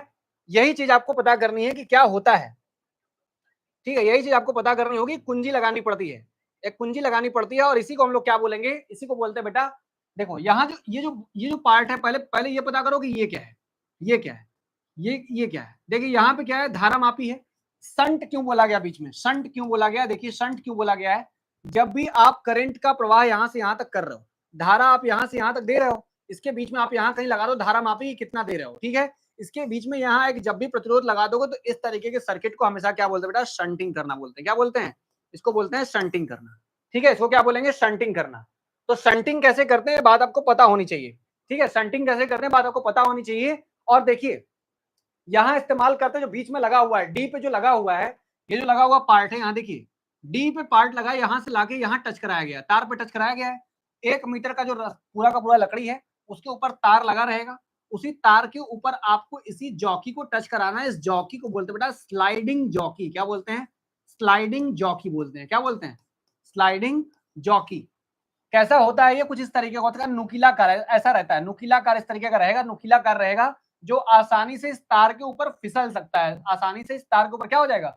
फिसल जाएगा। ऐसे चौकोर सा बना रहेगा, चौकोर सा बना चाकू जैसा, इस तरीके आसानी से तार पे खिसका सकते हो तुम, आसानी से तार के ऊपर ऐसे ऐसे ऐसे खिसका सकते हो, ठीक है। तो वहां मैंने इसको डी से कनेक्ट करके लगा दिया है, करके लगा दिया। अब देखिए जैसे ही कनेक्ट करेंगे, आप कनेक्ट करोगे, बाहर से सब कुछ सप्लाई दे दोगे। अब क्या करना है? इस वाली कुंजी को लगा देना है, कुंजी लगा देना होता है। क्या करना है? जैसे ही आप जॉकी लोगे हाथ में और जाके कहीं भी टच कराओगे तार पे, तो जैसे ही टच कराओगे तुरंत वो पॉइंट क्या बन जाएगा बेटा? बी बन जाएगा। क्या बन जाएगा? बी वाला बिंदु बन जाएगा। जैसे ही पॉइंट पे टच कराओगे वो क्या बन जाएगा? बिंदु बी बन जाएगा, बिंदु बी बन जाएगा। अब देखिए पूरी की पूरी लेंथ कितनी थी तार की? तार की पूरी लेंथ कितनी बेटा? 100 सेंटीमीटर। कितनी? 100 सेंटीमीटर, मतलब कि कितना? मान लीजिए अगर टोटल लंबाई यहां से यहां तक की कितनी हो जाती है बेटा? एल हो जाती। कितनी है? एल है। अगर ए से लेके बी तक की लंबाई कितनी होती है? एल हो जाती है, एल हो जाती है। तो टोटल कितना है? 100 है। अगर यहां से यहां तक एल हो गया तो बचा हुआ लेंथ कितना होगा बेटा? 100 माइनस कितना होगा? एल होगा। बचा हुआ लेंथ कितना हो जाएगा? हाँ, देखो क्यों लगाते हैं, संटिंग क्यों करते हैं? संटिंग भाई, संटिंग देखो, संटिंग क्यों करेंगे? क्योंकि सर्पिलाकार यहाँ तार होता है। संटिंग करने का मतलब होता है कि धारा के मान में आपने एक प्रतिरोध लगा के रखा हुआ है, वो प्रतिरोध क्या करेगा? जॉकी को खराब होने से बचाएगा। जॉकी को खराब होने से क्या करेगा? बचाएगा। वहां अगर धारा का मान ज्यादा हो गया, कहीं आपकी जॉकी न खराब हो जाए, इसके लिए वहां संटिंग करते हैं ताकि वहां धारा का मान लिमिटेड रहे। प्रतिरोध क्या करता है? प्रतिरोध धारा के मार्ग में रुकावट देता है। तो वैसे ही क्या करेंगे? प्रतिरोध लगा के रखते हैं ताकि जॉकी खराब ना हो, वहां कट ना जाए, वहां तार गल ना जाए, ठीक है। चलिए, इसलिए लगाया जाएगा। देखिए स्लाइडिंग जॉकी लगाते हैं, स्लाइडिंग जॉकी लगाते हैं। एक बार मैं फिर से आपको चीजों को समझा देता हूं, एक बार मैं फिर से आपको सारी चीजें एक बार डिटेल में समझा दूं। देखिए क्या क्या चीजें हैं इसके पास, क्या क्या चीजें हैं। देखिए प्रतिरोध बॉक्स लगा हुआ है, प्रतिरोध बॉक्स में ढेर सारे रेजिस्टेंस होते हैं, ढेर सारे रेजिस्टेंस होते हैं। कुछ इस तरीके का होता है, इस तरीके की लकड़ी रहती है, लकड़ी का बॉक्स रहता है। यहाँ यहाँ यहाँ यहाँ ढेर सारे से खांचे बने होते हैं, ढेर सारे खांचे बने, सबके ऊपर ऐसे ऐसे ऐसे ऐसे देखोगे, सबके ऊपर ऐसे लगा रहेगा, सबके ऊपर ऐसे लगा रहेगा। एक एक निकालो, एक एक निकाल सकते हो, एक एक निकालते रहोगे, प्रतिरोध कम होता रहेगा, ठीक है, प्रतिरोध बढ़ता रहेगा। अगर निकालोगे तो निकालना हो, चाहे तुम 50 ओम निकाल सकते हो, चाहे 100 ओम निकाल सकते हो, चाहे 150 ओम निकाल सकते हो, चाहे 200 ओम निकाल सकते हो, कितना भी ओम चाहो तो इससे तुम निकाल सकते हो, छोटे से लेके बड़े तक निकाल सकते हो। क्या बताया? मीटर ब्रिज लकड़ी के ऊपर बना हुआ एक पूरा का पूरा डिवाइस है। इस लकड़ी में एक पूरे 100 सेंटीमीटर का क्या लगा होता है बेटा? मीटर लगा होता है पूरा नापने के लिए, और एक तार ए से लेके सी तक कसा होता है। इस ए वाले को और सी वाले को पहले कस देते हैं लकड़ी के अंदर ही, एक पार्ट ए का पकड़ते हैं और एक पार्ट सी का पकड़ते हैं, उनके बीच में एक सेल लगा देंगे, एक कुंजी लगा देंगे और एक धारा नियंत्रक लगा देंगे, ताकि धारा का मान बहुत ज्यादा हो तो हमारा सर्किट खराब ना हो जाए। ठीक है, अब देखिए पहले वाले ए के पहले होल में और डी के पहले होल में क्या जोड़ते हैं बेटा? प्रतिरोध बॉक्स जोड़ते हैं।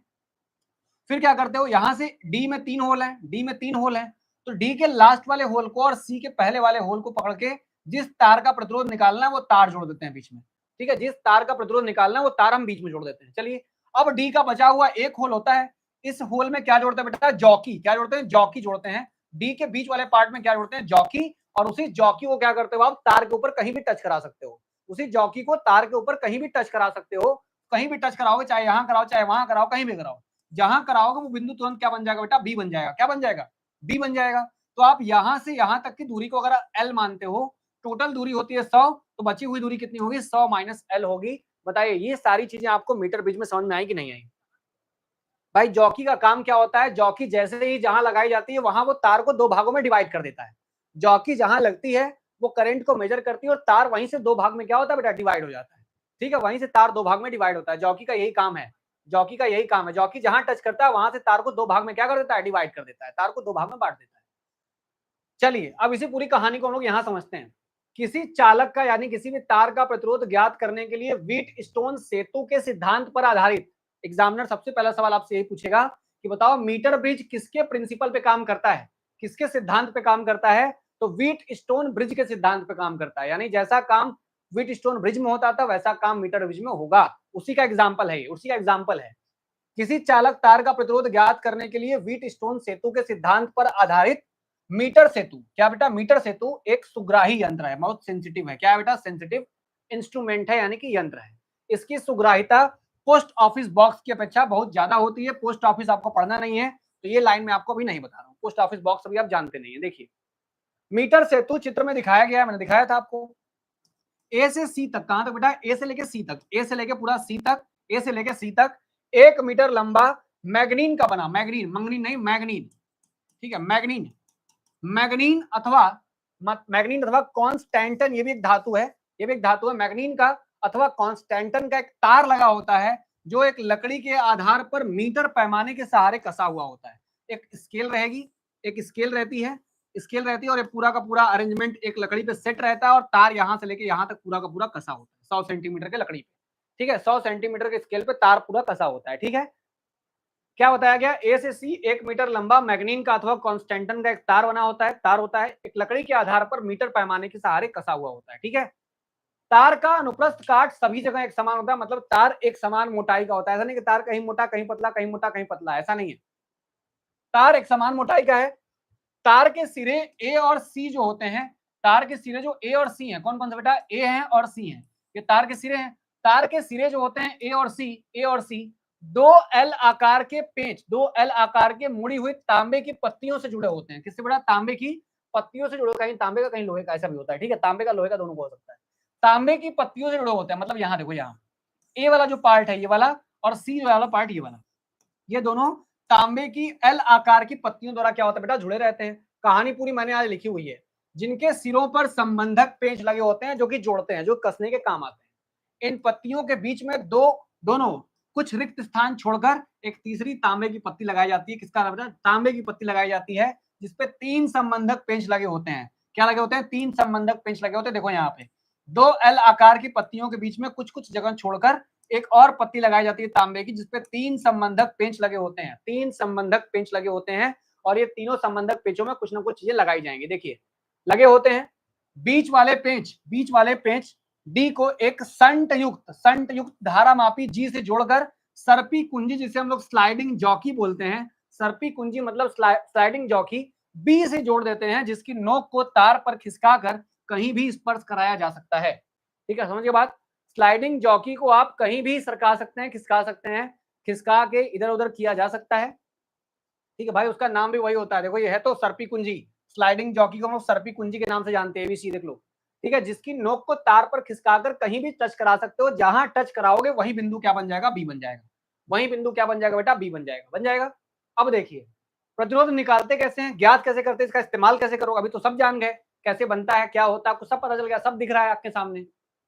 प्रतिरोध ज्ञात करने के लिए क्या करना होगा, जिस तार का प्रतिरोध ज्ञात करना होगा, मतलब एस नाम देते हैं उसको, जिसका ज्ञात करना उसको एस लिखते हैं, उसे बिंदुओं सी और डी के बीच रिक्त स्थान में, बिंदु सी और डी के बीच में, बिंदु सी के बीच में और किसके बीच में, डी के बीच में, सी और डी के बीच में जो खाली जगह यहाँ पे, इनके बीच में तार को जोड़ देते हैं, जिसका प्रतिरोध तुमको निकालना है, जिसका प्रतिरोध तुमको निकालना है वहां जोड़ देंगे उसे बिंदुओं सी और डी के बीच में रिक्त स्थान में, तथा एक प्रतिरोध बॉक्स बिंदुओं ए और डी के बीच में रिक्त स्थान में लगा देते हैं। यहाँ देखो प्रतिरोध बॉक्स लगा दिया, किसमें, ए में और कहाँ लगा बेटा, डी के बीच में एक प्रतिरोध बॉक्स यहाँ बीच में लगा दिया, प्रतिरोध बॉक्स आप बीच में लगा दिए।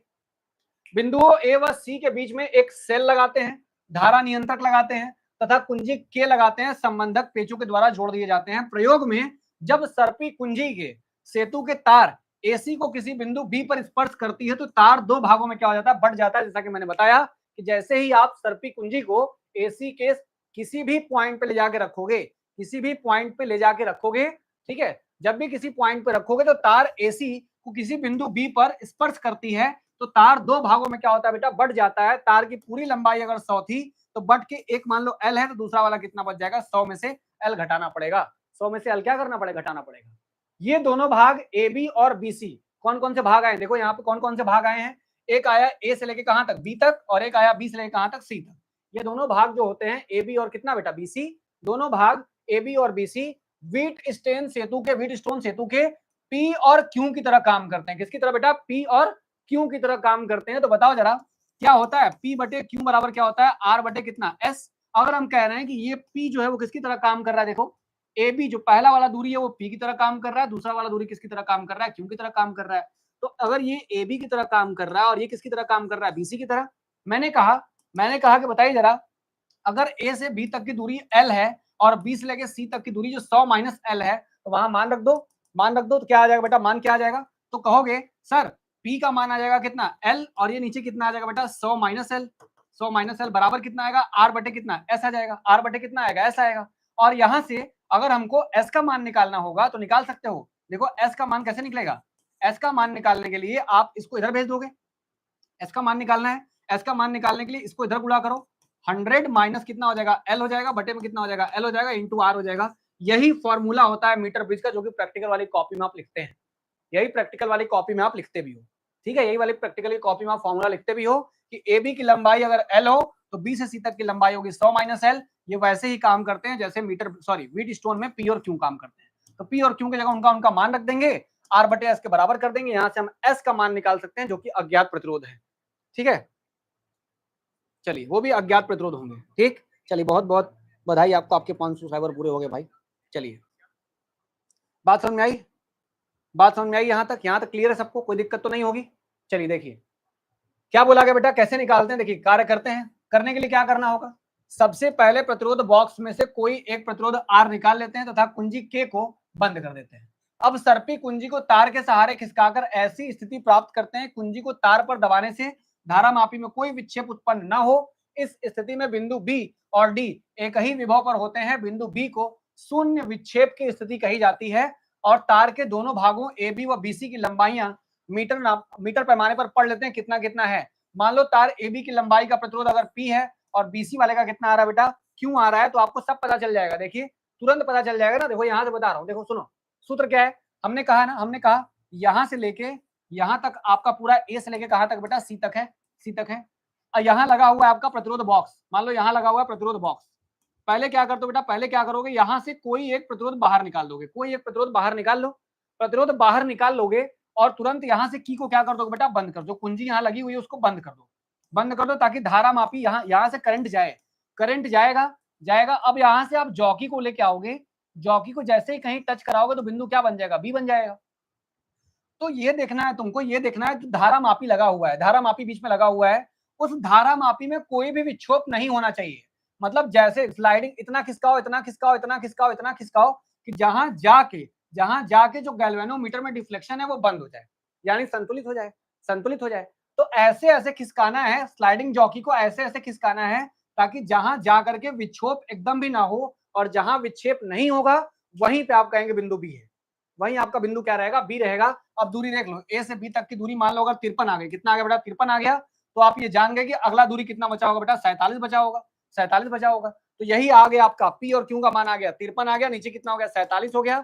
जितना प्रतिरोध निकाले रहोगे, मान लो एल का मान कितना आ गया बेटा 53 आ गया, तो 100 माइनस एल का मान कितना आ जाएगा बेटा 47 आ जाएगा, कितना आएगा 47 आ जाएगा। तो आप वही मान रख दो, पी बटे क्यू बराबर कितना होता है, आर बटे एस होता है, आर बटे एस होता है, या फॉर्मूला मैंने बताया अभी आपको, फॉर्मूला बता दिया मैंने, 100 माइनस एल बटे कितना होता है, एल होता है। आप जहां जाके टच कराओगे और वहां पे गैल्वेनोमीटर में कोई भी अगर विक्षेप नहीं हो रहा है तो वही आपका मान देख लीजिए कितना है आपका, कितना आया वही आपका एल का मान होगा। अगर आप कहते हो कि आर का मान आपने निकाला 10 निकाला, आपने 10 निकाला, 10 ओम निकाला, यहाँ मान लीजिए 100 आ गया, और एल मान लीजिए लंबाई आपकी कितनी है बेटा 50 है, कितनी है 50 आ गई, तो नीचे कितना होता है 50 बचा होगा, कितना आएगा 10 गुणे 100 में 50 गया 50 आया, बटे में कितना आएगा 50 आएगा, मतलब कट जाएगा, कितना आएगा बेटा 10 आएगा। और यही हमारे अज्ञात वाले का क्या हो गया बेटा, प्रतिरोध हो गया। यही आपके तार का प्रतिरोध निकालने का सूत्र भी हो गया, यही आपके तार का प्रतिरोध निकालने का सूत्र हो जाएगा। बताइए, ये सारी चीजें प्रैक्टिकल हैं, ये सारी चीजें क्या है बेटा, प्रैक्टिकल हैं, इनको आप करोगे तभी आपको चीजें समझ में आएंगे, अदरवाइज तो फिर खाली कहानी है, पूरी प्रैक्टिकल है। समझने वाली चीज व्हीट स्टोन में थी, समझने वाली चीज व्हीट स्टोन में थी। एक सवाल है मेरे पास, इस सवाल को मैं कल कराऊंगा, कल क्वेश्चन लेके आऊंगा, तो कल इस सवाल को सारा कराऊंगा उसी में। तो आप पढ़िएगा, पहले इतना पढ़िए जितना